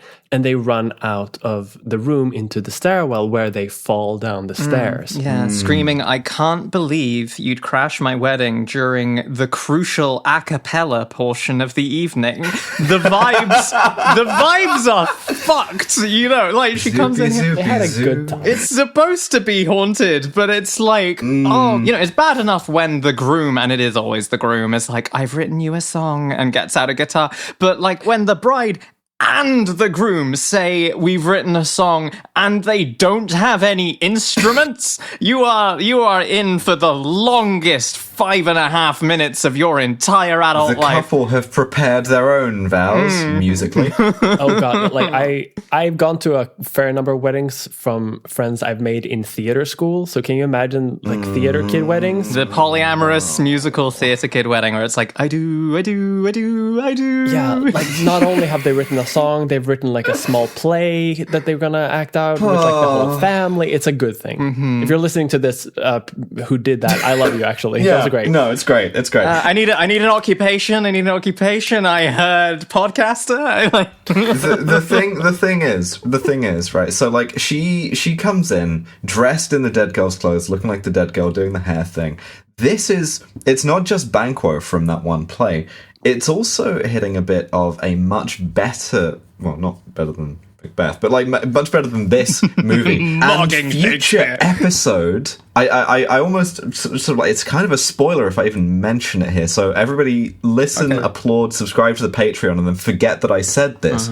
But Red Rooms, future episode. Ooh, interesting. It's a point in Red Rooms. Go and watch Red Rooms now. Be prepared to feel deeply uncomfortable for the next couple of days. Yeah, one of the most like startling sort of horror films. I think because it is a horror film. Yes, it is an internet horror film, and it's just, in fact, don't know anything else about it. Just go in, just watch like fresh. Watch Red Rooms. Very, very good movie. And know that is a detective, and we will talk about that movie. God. But so what we learned from this confrontation that Maigret has engineered is, of course, what we saw is that Louise was lonely and scared and desperate and went back to a bad situation, not knowing where else to go, which is very realistic, I would suggest. We also tie up a little thing that we dropped earlier where the first time he talks to the waiter, he's like, we're not missing any sheets or anything, but like, some silverware always goes missing. Some guests can't help themselves because he goes to talk to Madame on his own. And she's like, oh yeah, I just like stabbed her with a carving knife I took once she was dead to cover it up. Fantastic line where she's like, is it a crime to stab a corpse? And Maigret just sort of pauses and is like, you probably want to get a lawyer, honestly. Well, so I read this slightly differently, right? Because it's kind of snappy the way it's delivered. It's kind of film noir where she goes, is it a crime to stab a dead body? And he goes, ask your lawyer. And she says, I already have. Oh, okay. So yeah, my subtitle's giving me a funnier film here. I think. No. I kind of love her is the thing, right? Like she's so evil in a way that is cunt, right? Like, I mean, and again, like similar to other adaptations that we've done here, this is an astonishing unforced error on behalf of the culprits, because she fell down the stairs. It was an accident. Just call an ambulance and tell them that she fell down the stairs. Like, no crime has been committed here. It's like, it's fine. Well, the idea is that it would be like a social crime, right? Like, you don't want to have like a dead girl at your engagement party as a I would rich, rather like, have upper class person. And I think the idea was that they thought that they were going to get away with it, of just like, well, get rid of the body, report it in murder. She's dead anyway, so it doesn't really matter. And then we don't have to have like this social stain on our upper class fancy lives. Which is why Maigret being a kind of like working class cop is sort of like interesting as well, as it's always kind of a satisfying fantasy, to have the police kind of unravel these things rather than conceal them, which is more, I would suggest, accurate. Anyway, he's the human French press. Fuck off! I hate you so much. I want a divorce. Oh God. But so like it kind of like boils the whole movie down to like there is not a murder. Like no one has murdered anyone. Like there's weird upper class behavior. And sex crimes. There is sort of like exploitation of women and like poor people, and like the crime is wealth disparity.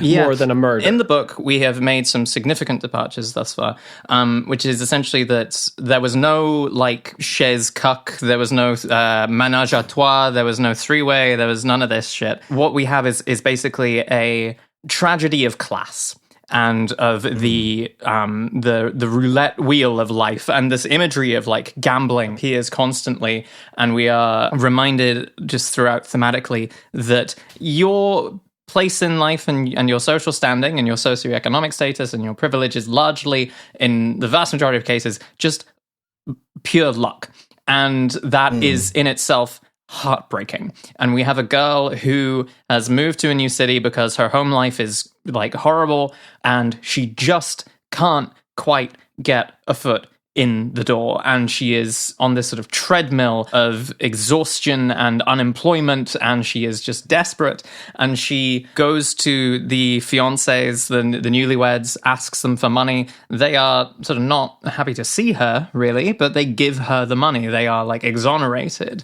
But her dad, who is a con artist who has been absent from her life for her entire life, has been desperately trying to get back in contact with her for the entire novel and keeps missing her as he is trying to bequeath her like something like 100,000, whatever it was, francs, a life-changing amount of money, winning the jackpot. Something that if he had just managed to reach her on time would so completely reverse her fortunes that she would be set up for life and that she would be saved from this precarious knife edge.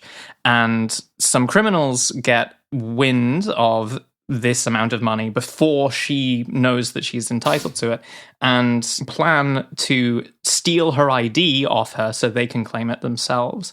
And in the process of trying to steal her ID from her, just as she's walking down the street with this like rented dress and rented like clutch handbag purse thing, they try to snatch her purse, and purely by chance it is chained to her wrist by a little bracelet that's attached to the purse. And because it doesn't come away cleanly, they realize she's going to scream, and they murder her to stop her from screaming. And it is heavily thematically emphasized that this is pure bad luck. Just the fact that thematically, you know, you have people who are very, very lucky and very, very privileged and not necessarily like harder working for that financial security at all, and that sometimes you can just do everything right and still lose. There is a deep, deep tragedy in that. And I find that a very interesting contrast to the film, where the sort of the class dynamics of it are kind of less emphasized, and they sort of go for a more like individualistic sort of thing of like, this was to do with... It's kind of rich pervert shit, the threat to their social status of being involved in some sort of whack sex stuff. I guess. I view it very... I didn't see it like that at all, actually, but I can see the perspective. Again, this may just be my subtitles. I don't know. But so what we then do is we put Betty on a bus back home because she has mentioned her family who she sort of ran out on, who are from like, you know, kind of like boring like shoe manufacturing country. Like in England it would be Northampton shit, right? Like and she goes back, right? Maigret puts her on a bus, which is a very conservative thing to be like, no, you have to go back and get off this sort of like awful city treadmill, which has sort of like some, you know, predatory aspects to it, and go back and get the job that you were supposed to have all your life, and that, you know, sort of fixes you as a woman, right? But there's a kind of unutterable loss, right? That is like, it's written as grief, but when he puts her on the bus, he looks at her and says, "Be happy," in a way that is just heartrendingly transgender. He just, as the door is closing, just like this last little like reaching out of like desperation for some like scrap, some crumb of human connection here. and just knowing that he's never going to see this woman again. I do think it's sort of like interesting that she keeps the black bob and the bangs explicitly, quote unquote, as a souvenir, like to remember. And it's like, has this not been quite an astonishingly unpleasant experience for you? You've been plied with alcohol and borderline sexually assaulted, or at least sort of pressured into sex. Happy memories of this gay guy jerking off. Maybe Janine is just really, really good at eating pussy. I don't know.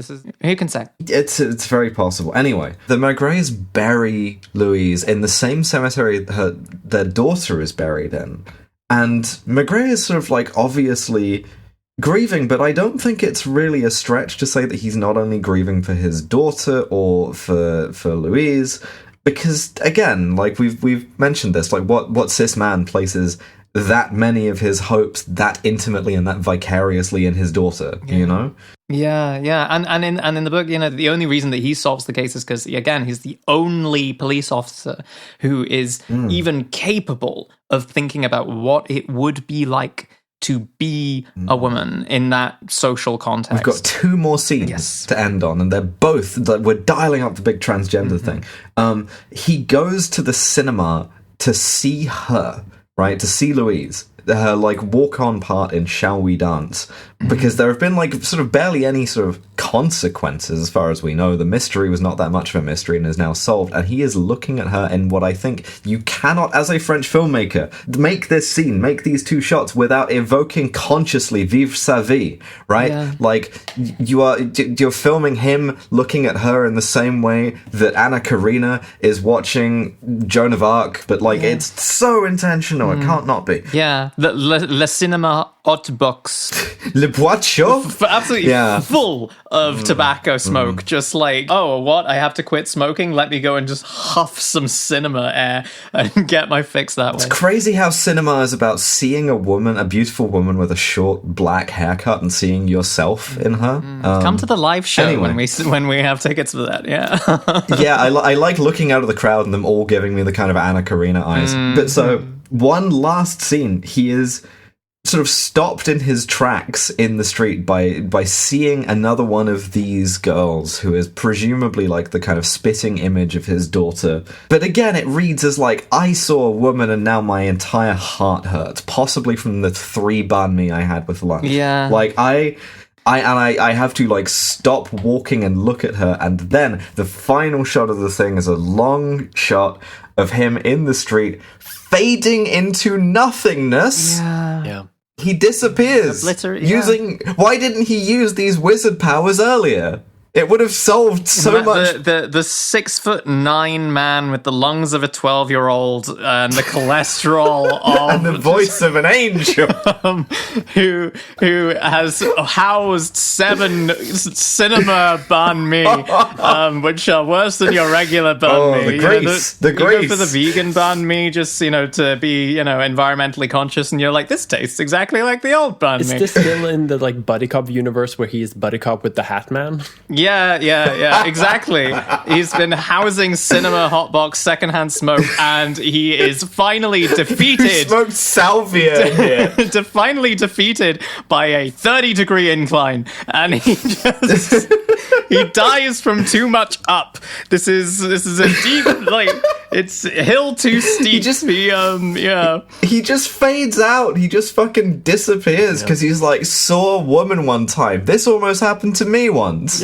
This has happened to me. I know exactly the moment, the city, the time, my age, everything. That was my Twin Towers. Arguably, if you're taking like transition as being a different person, this did happen to me. Some fucking guy, some gay guy just disappeared, and now you all have to live with a podcaster who's a kind of like residue, you know? I'll sometimes say to my mum, sort of like, it's like, I don't feel I feel like I'm still me. I feel like, nothing's changed here. And then, at other times I'll be like chatting with friends and be like, yeah, no, I killed that twink. I fucking obliterated that kid. Dead. R.I.P. Bozo, But seriously, the visual, yes, okay, there is the interpretation of just paternal longing and the tragedy there. We don't give a shit about that. Paternity as a theme, it's been done. You've had your day in the sun. The author is dead. This person is transgender. The saddest cop in Simpsons. This is just an astonishing amount of yearning. I think we do have to ask a question though. If the saddest transgender cop in the whole world, did he protect? And did he serve? I think he absolutely did not protect. I think he very definitely put Betty in significant danger multiple times. Yeah, he found a woman to vicariously live through and used her as a honey trap. Yeah. Like confidential informer, kind of. Yeah. This was someone who he knew was homeless, he knew had no other option, he knew had committed a crime of attempted shoplifting. And there's a little moment at the end where she says, can I keep the silk stockings that you have bought me so that you can dress me up as this ghost? And he lets her, and it's like he has really, really just quite astonishingly put her in harm's way for someone whose whole shtick is supposed to be, being the empathetic cop and the one who sort of thinks very psychologically about it. It's an incredible lack of care. He's also he's solved the case in a way that does not carry any consequences for the people who are actually committing sex crimes because they haven't committed murder. Yeah. It's a bit of a tragic statement on society, right? It's you can't arrest a social order. Could have arrested them for assaulting Bessie. Didn't, Yeah. Yeah, you would have put her on a bus. You would have had enough to go on there. Yeah, no, very, very, very strange. Does not protect, actively endangers on multiple occasions. Does he serve? No. He has one outfit. Does this 6'9" alcoholic with it, no. He does drink a lot, and I do feel that there is something cunty about constantly drinking. Not like this. And wanting to smoke from a pipe, but that's a 1 out of 10 on the serving scale, you know what I mean? I don't think there's a single serve in here. I think it's about a guy imprisoned by the fact that he has refused to serve. Yeah, he has declined to serve. He has repressed the urge to serve, and now can only channel it into women who do serve. And the women really, really, really do serve. Every woman in this is the most astoundingly beautiful woman I've ever seen. Yeah. That each of them evokes a profound sense of longing in me as well, not just because it's shot that way. Is it too fucked to bring the canonical photo of a corpse to my FFS surgeon and be like, can you, how do I show this to my barber? Yeah, which makes me hesitate about the casting, I guess. Again, they should hit Gerard Depardieu with some kind of laser or something. Well, the thing is they were going to get a different actor to play him, I believe. Wouldn't have been as good. And I think he pulled out. They were going to get Daniel Auteuil? Yeah, it was going to be good. What? It was going to be an ethical movie for him. Yeah, that would have been great. Instead, we got something that was also great, but is, morally unacceptable, Yeah. But we walk into the fire, so you don't have to. Yeah, or I think he's in the United Arab Emirates or whatever. He's wandered around a bit. I think he went to Russia for a bit, and then Russia got to war, and then he was like, "I'm going to go to the UAE," and I think they also were a little bit too much. And now I think he's in Belgium. Real piece of shit. Convicted in May 2025, I believe, in his absence. So yeah. Awful. Well, that was Jules 50. That was Jules Maigret. That was the commissioner. I hope you've enjoyed the most saddest cop in the world.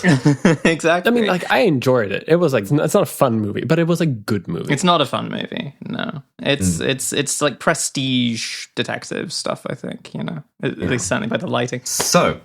That is the saddest transgender detective in the world. But we have a Patreon. And the Patreon is at begaysolvecrimes.com. Yeah, thank you so much for everyone who has subscribed to the Patreon. You are wonderful. We love you. You are our favorite. You are saints and angels. You are all detectives. You are all you're all the detectives of our hearts. You are all transgender. And you're all transgender. And our next bonus episode is going to be the 2-part Simpsons episode, Who Shot Mr. Burns? Yeah. Hell yeah. Hell yeah. Let's go. I cannot wait. So please join us for that. Our next mainline episode, we're going to do the girl with the dragon tattoo. It's time. It's time. It's time to get Nordic with it. To get Swedish. Among one of the many, many reasons we have Mia Mulder on this show. A lot of material to work with. A rich vein. Join us as we mine that seam of detectives, starting with Lisbeth Salander, and we will see you next time. Bye, everyone. Bye. Bye-bye. Jesus, did we go 2 hours? Hey, thank you so much for tuning into that episode of Be Gay Solve Crimes. It's good to see you. Sorry this one's a little late today. It was my birthday yesterday, and so I am feeling a little bit tender this morning, but I had a really nice time. I also want to thank all of you who subscribed to the Patreon. I cannot begin to describe what it means to me as someone who's just on a community library salary. You know, this is going to maybe one day make the difference between me never being able to afford surgery and maybe actually being able to afford it one day within my own lifetime. So, yeah, no, amazing. And I especially want to thank all of our £10 and above patrons. So, here we go.